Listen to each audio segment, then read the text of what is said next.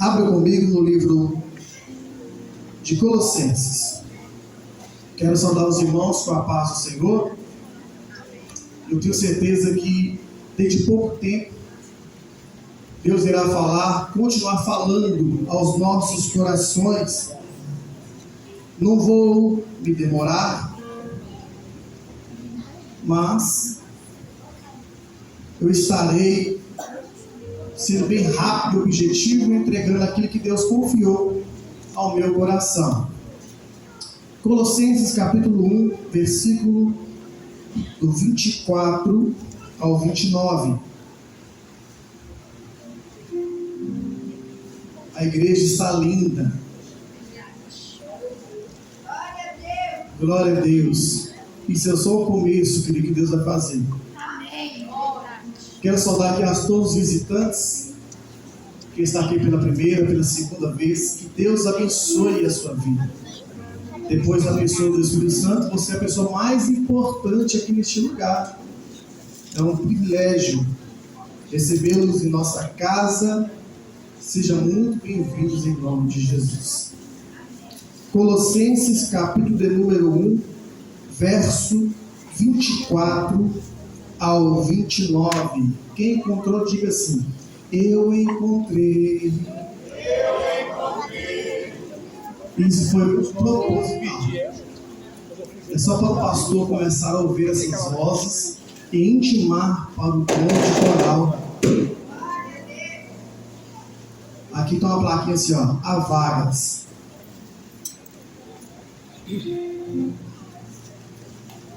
Colossenses capítulo de número 1, versículo 24. Vamos ler.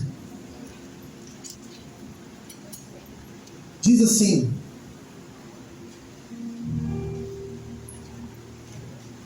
Colossenses capítulo de número 1, versículo de número 24. Regozijo-me agora no que padeço por vós, e na minha carne cumpro o resto das aflições de Cristo, pelo seu corpo, que é a igreja, no qual estou feito ministro segundo a dispensação de Deus, que me foi concedida para convosco, para cumprir a palavra de Deus, o ministério que esteve oculto desde todos os séculos, de todas as gerações, e que agora foi manifestado em seus santos, nos quais Deus quis fazer conhecer quais são as riquezas da glória deste mistério entre os gentios, que é Cristo em vós, esperança da glória. Aqui anunciamos e admoestamos a todo homem, ensinando a todo homem em toda sabedoria, para que apresentamos todo homem perfeito em Jesus Cristo. E para isso também trabalho, combatendo segundo a eficácia que opera em mim poderosamente. Repita comigo assim, olha: Cristo em vós, Cristo em vós, Cristo em nós, Cristo em nós, esperança da glória. esperança da glória. Quem pode aplaudir o Senhor por isso?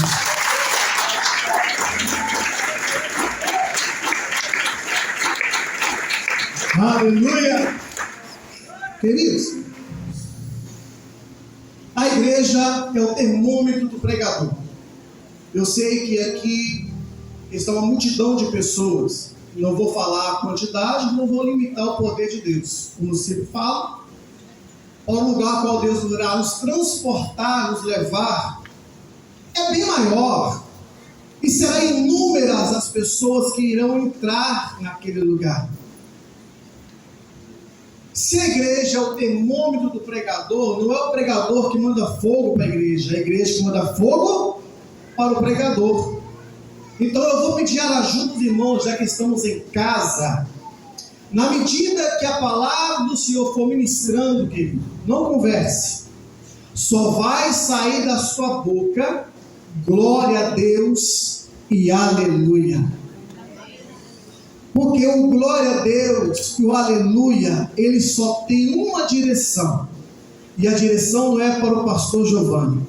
A direção está no Senhor dos Exércitos. Aquele que pode fazer todas as coisas, e a Ele seja dada toda a honra. Começa. Toda a glória, todo louvor, toda adoração. Estamos combinados? Glória a Deus. Queridos, foi tudo muito lindo do que Deus fez e está fazendo aqui hoje. Ao iniciar pela palavra, através dos louvores aqui entoados, e através da ministração, se eu fosse, querido, tão somente ler este versículo que eu acabei de ler, que é o tema deste trabalho, eu poderia ir para minha casa alimentado por tudo aquilo que Deus fez. Eu quero aqui parabenizar a toda a liderança, irmã Renata, por esse trabalho, e que Deus continue abençoando, edificando esta igreja linda. Que Deus abençoe em nome de Jesus. Quando eu abro a Bíblia Sagrada e começo a meditar no contexto desses versículos que nós acabamos de ler, nós vamos ver que este texto, o qual acabamos de ler, em meio às 13 cartas paulinas que Paulo escreveu, esta carta está direcionada aos irmãos que estão em Colossos. Essa carta é a única carta que Paulo vai escrever sem os irmãos conhecê-los fisicamente. Essa carta, eu vou repetir, é a única carta que Paulo vai escrever sem tão somente os irmãos de Colossos conhecer Paulo fisicamente. É uma igreja que alguns historiadores vão dizer que foi implantada pelos dos seus servos, Epáfras.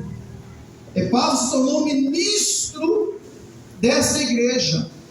E como ministro dessa igreja, irmãos, comigo, diga amém. Amém. Como ministro dessa igreja, Epáfras, ele vai levar até Paulo algumas questões internas e externas desta igreja plantada.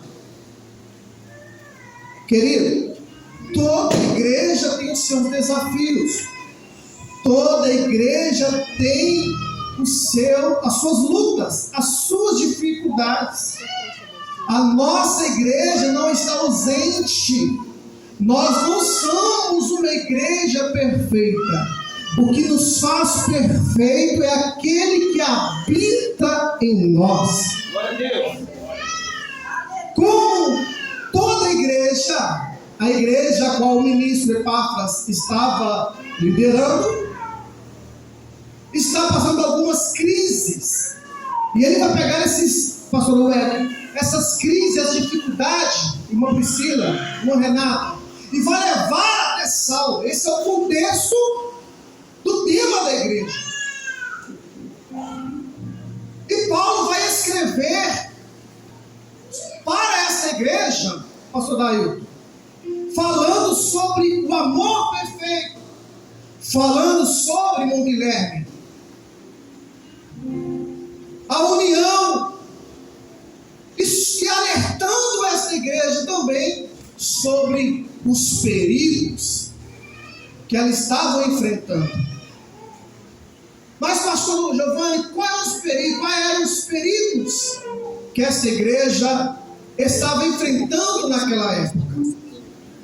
Essa igreja estava enfrentando alguns perigos, a saber, algumas heresias e das falsas doutrinas ensinadas e plantadas pelos falsos profetas, pelos falsos mestres, que tentavam trazer essas enganações para dentro da igreja, tentavam trazer ensinamentos errôneos para dentro da igreja.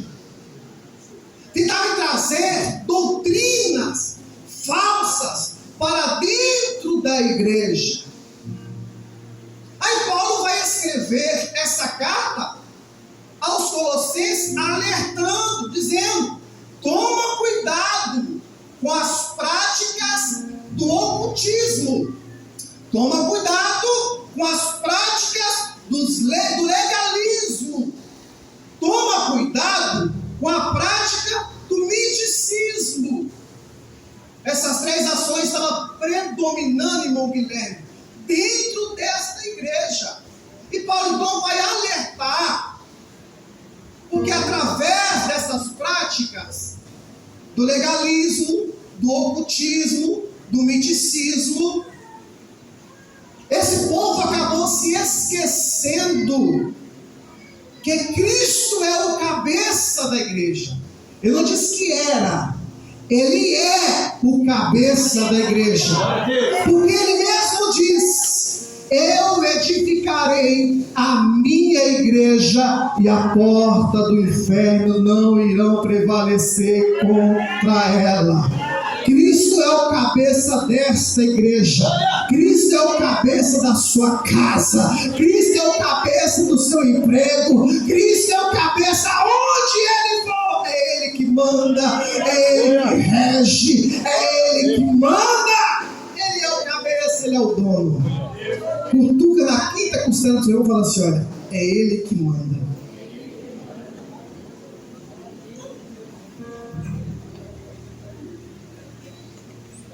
E olha só, eles não começam a se esquecer de quem era Cristo, o Cristo que foi apresentado através de Epáfras, comissionado por Paulo. E o que os falsos mestres começaram a fazer? Primeiro, ridicularizar. Preste bem atenção, a igreja está comigo, diga amém. Amém. Ridicularizar o nascimento virginal de Cristo. Segundo, eles começam a rir e a zombar das pregações falando que Cristo havia ressuscitado. Terceiro,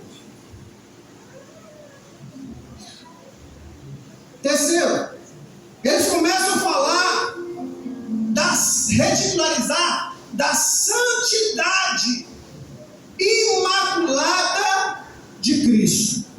Com tudo isso implantado através dos falsos mestres nessa igreja, a igreja agora começa em um declínio espiritual. O negócio estava tão feio para essa igreja. Irmã Vanessa, linda, tá bonita. Tira o olho, minha filha. Vai casar em nome de Jesus. Então eles começam a ter um declínio. O negócio estava tão feio que eles começam agora a prestar um culto aos anjos. Eles começam a cultuar os anjos, adorar os anjos. Só que nós sabemos que os anjos não foram criados para ser adorados. Segundo a Bíblia Sagrada, são anjos ministros, ministradores de Deus, e muitos deles ao nosso favor. Então eles queriam colocar esses anjos maior do que o próprio Criador. Eles queriam colocar a criatura maior do que o seu Criador. Mas nós sabemos que o nosso Deus é maior do que os anjos. Glória a Deus. O nosso Deus é maior do que os serafins. O nosso Deus é maior do que os querubins. O nosso Deus é maior do que qualquer classe angelical. Ele é o Criador. Tentaram, segundo, a além de implantar este culto aos anjos, segundo, eles tentaram implantar nessa igreja que a fé em Cristo não era suficiente. Não.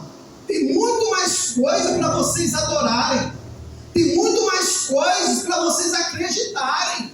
Vocês não precisam tão somente crer e ter fé nesse Jesus que outra hora morreu, padeceu numa cruz. Como pode um rei, o Criador, morrer numa cruz? Como pode um rei, Criador, comer pão e passar fome, fazer o pão vivo e descer do céu, ele mesmo ser o pão e ele passar fome? Não, tem muito mais coisas. A fé neste Deus, olha, não é suficiente.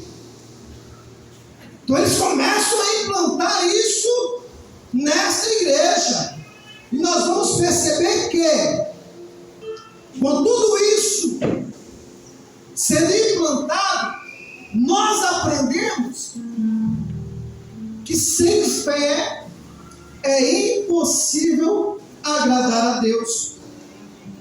Se eles vão falar que nós não precisamos ter fé neste Deus, tem mais coisas para que nós possamos crer, então eu posso entender que eles não conheciam verdadeiramente o poder deste Deus. Ora, existem coisas que a nossa roupa pode fazer, mas muitas vezes ela não pode resolver por mim. Existem coisas que o grito pode fazer, mas existem problemas que o grito muitas vezes não vai conseguir resolver por mim. Mas quando a fé entra, já vi algumas pessoas me perguntarem: pastor, o que eu devo fazer para sair da crise nesta fé? Meu irmão, você só tem fé porque você está nesta crise. A crise, ela veio para exercitar a sua fé. A fé, ela faz coisas extraordinárias. É pela fé que nós cremos que nosso Jesus morreu, mas no terceiro dia ressuscitou. É pela fé. E o que a fé faz? O médico diz assim: não tem mais jeito, esse câncer é para a morte. A razão, a ciência e um doutor estudado na faculdade de medicina atestou: vai morrer. Começou uma crise na saúde. Aí você entra em crise. É nesse cenário que a fé entra. E nós cremos naquele que é o autor da nossa fé.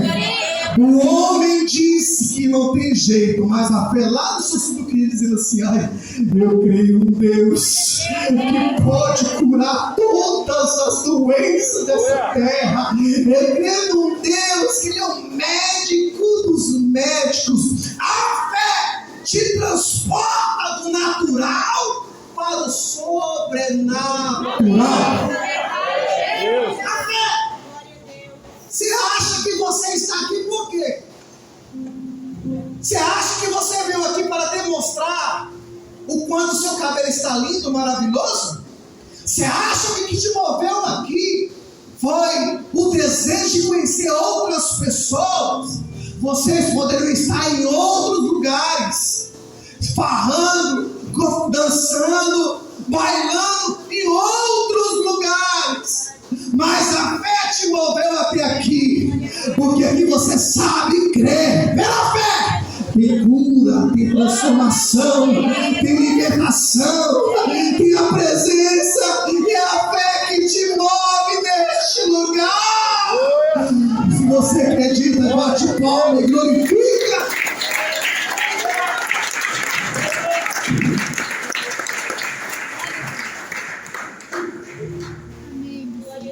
Existe uma mulher que gastou tudo que tinha. Olha o que a fé faz, irmã Renata. Gastou tudo que tinha, 12 anos sofrendo por um fluxo. Ela ouviu dizer: vamos lá naquele culto, porque Jesus vai passar por lá. Vamos lá no fim de ano, porque eu ouvi falar que Jesus vai passar por lá. Gastou tudo que tinha, não tem mais jeito. Foi na Maria Padilha, foi no Preto Velho, foi na Maria Mulambo, foi no Centro de Macumba, Candomblé, Quindombé, foi lá no, sei lá onde, meu irmão. Gastou tudo que tinha. E agora? Entrou na Monte Sinai, subiu para as escadas. O que vai acontecer? Aqui você encontrou cura, libertação, salvação. 12 anos sofrendo, encontrou com aquele que pode fazer por você. E deixa eu dar uma notícia, por glória ser mais gostoso. Ele já se encontra aqui dentro. Ele está aqui. Ele está aqui. Eu disse que ele já está aqui. Quem está aqui?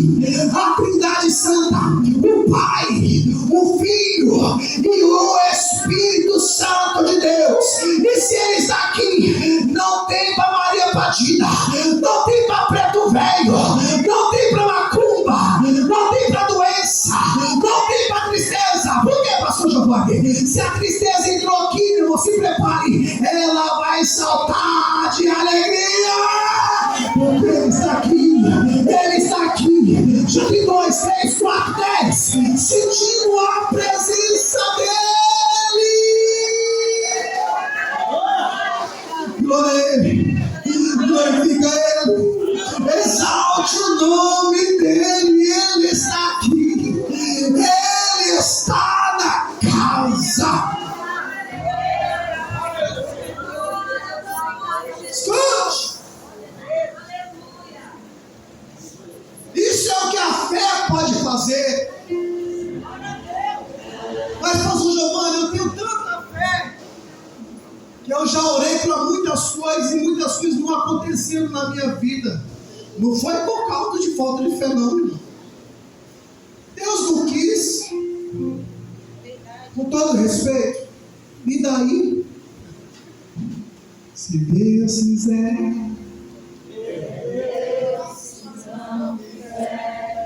Ele é Deus,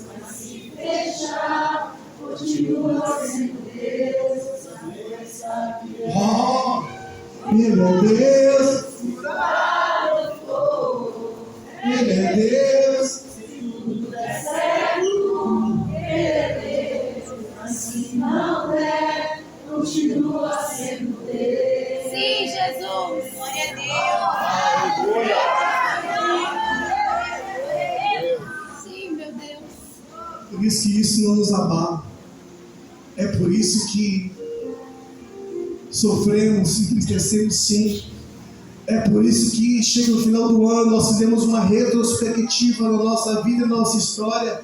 Encontramos algumas pedras no meio do caminho, mas quando nós lembramos do amor de Cristo, nós começamos a agradecer a Ele. Deus, muito obrigado, Pai, por mesmo a situação difícil que eu passei, como a Renata testemunhou aqui, como foi o início do ano. Eu vou continuar dizendo, não chegamos ao fim.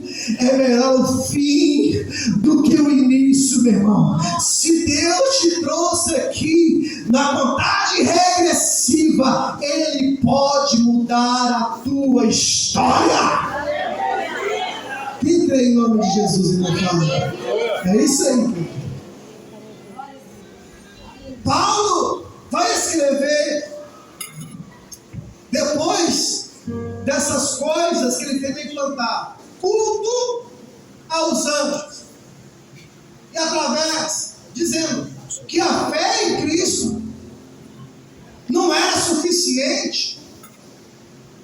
Paulo vai escrever para ele dizendo: vocês precisam voltar para Cristo.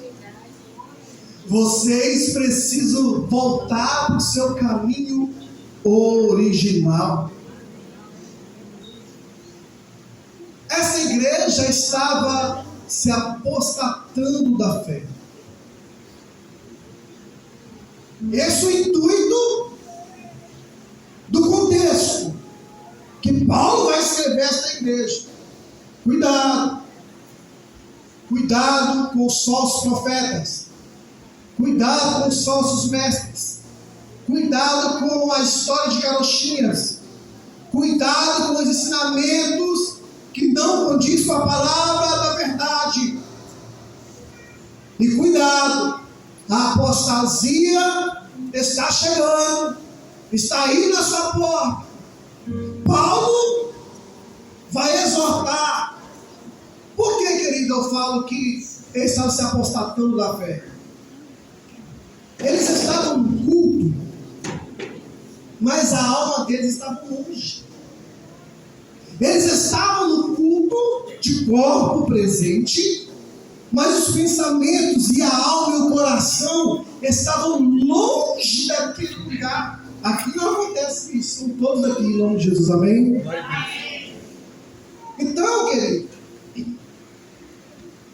uma igreja sem Cristo é igual um sino que ressoa. Uma igreja sem Cristo é igual um sino que ressoa. Ela é oca por dentro. Ela é vazia. E muitas das vezes só faz barulho. Porque é uma igreja que faz barulho. Irmãos, o povo vem cá, cultua, volta para sua casa e nada acontece. Não tem cura, não tem milagre. Entra ano e sai ano, a vida continua a mesma coisa. Estou falando de um culto e de uma igreja sem a presença de Cristo. Mas quando a igreja ela tem a presença de Cristo, é notável. Você enxerga, começou de uma forma o ano, mas terminou de outra forma. Estava desempregado, mas terminou empregado. Estava com enfermidade, mas terminou curado. Oh, meu Deus! Estava perdido, mas foi achado e hoje está aqui. O culto, quando tem a presença real do Espírito Santo, tem milagre, tem salvação. É notório quando nós vemos que Cristo governa uma igreja. E eles perguntam assim, tudo bem, mas Paulo, qual é o caminho que eu preciso traçar? E como nós podemos voltar? Como podemos voltar a sentir o que nós sentíamos? Primeira coisa, Paulo vai falar para eles, olha, primeira coisa, vocês vão se brindar, não vai dar ouvidos a falsos profetas, a vãs conversações, as falácias, os falsos ensinamentos, querido, porque o intuito do nosso adversário é deturpar, é nos paralisar, é nos neutralizar. Os irmãos de louvor já podem se posicionar aqui, que já vou terminar. O intuito do nosso adversário é fazer com que você não tenha ênfase estando na igreja e cultuando ao Senhor.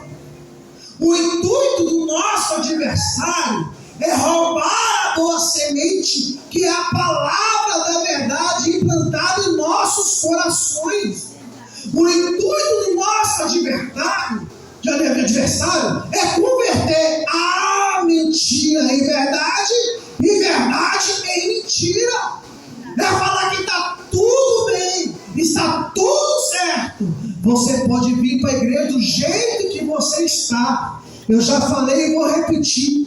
Existem 2 convites para você vir à igreja. O primeiro é: vinde a mim todos vós que estáis cansados e sobrecarregados, que eu vos aliviarei. Tomai sobre vós o meu jugo e aprendei de mim, que sou manso de espírito, porque o meu jugo é suave e o meu fardo é leve. Esse primeiro convite é para todos que estão cansados, todos que estão sobrecarregados. Esse convite é um convite geral, mas o segundo convite é só para aqueles que foram lavados e remidos no sangue do Cordeiro.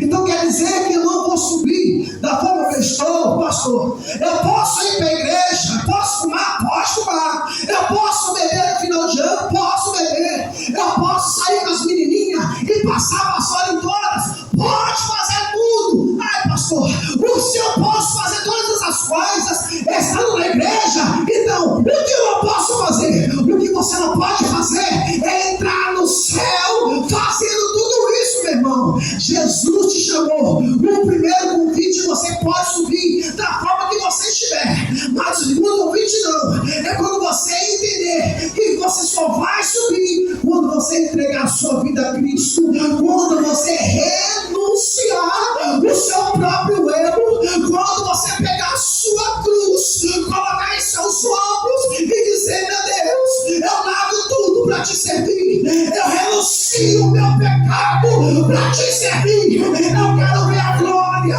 só vai ver a glória aquele que tiver mãos limpas e coração puro. Não é o pastor Giovanni que está dizendo, é a palavra em Salmo 24, querido. Haverá um grande banquete, haverá uma grande ceia, nós iremos cantar o hino da vitória, mas só vai cantar aquele que perseverar até o fim, aquele que perseverar até o fim.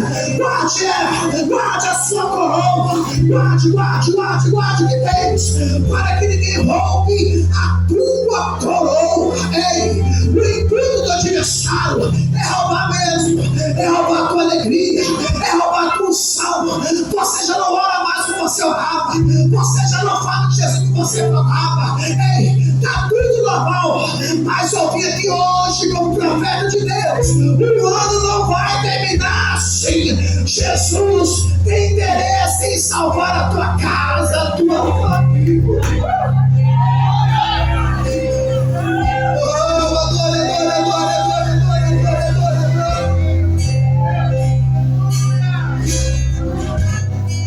O diabo está dizendo assim: eu vou acabar, eu vou arrasar.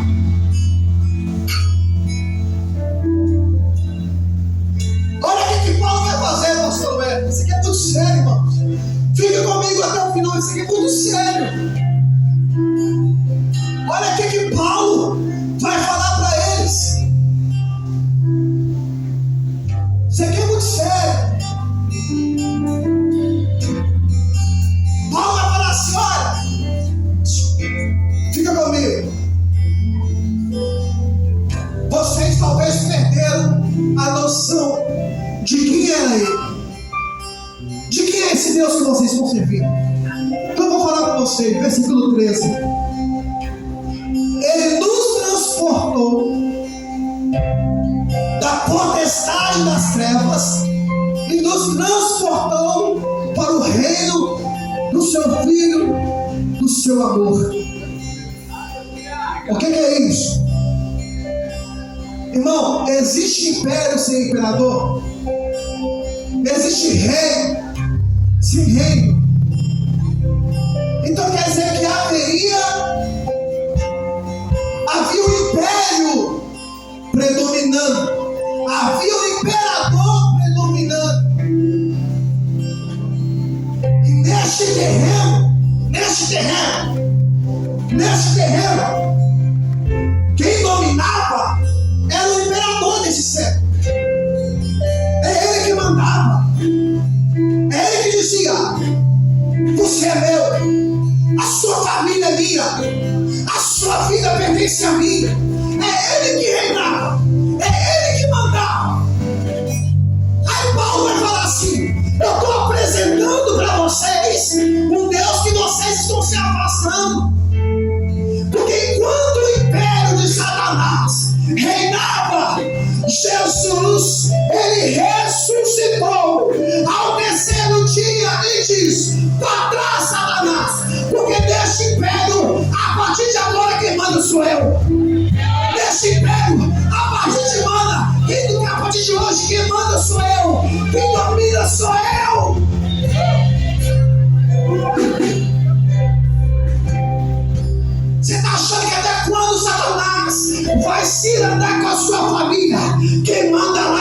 Jesus de Nazaré. Quem manda lá é o Criador. Você está achando que você vai fechar o ano findando dizendo: ai, o meu filho poderia estar aqui, não está. A minha esposa poderia estar aqui, não está. A minha família poderia estar na presença, mas está lá no mundo. Ah, se prepare, meu irmão. Não, está queimando aqui dentro. Se prepare, porque no glória a Deus da igreja, os ministros já estão indo lá. Fazendo o quê? Desfazendo os laços, desfazendo as ciladas, desfazendo as obras de Satanás.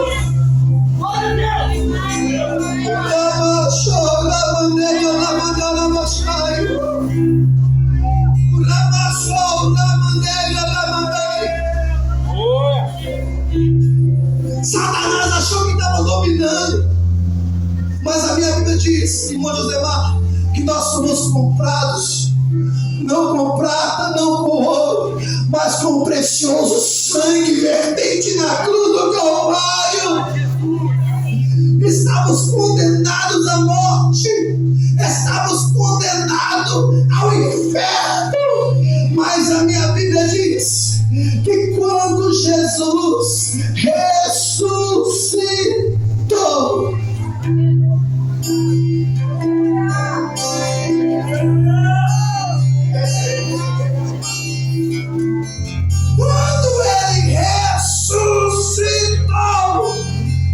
houve um reboliço, meu irmão. Houve um reboliço. Jesus, ele ressuscita. A Bíblia diz que ele não sobe. Ele vai nas partes mais baixas. Vai levar cativo ao cativeiro. Vai levar a prisão e o prisioneiro.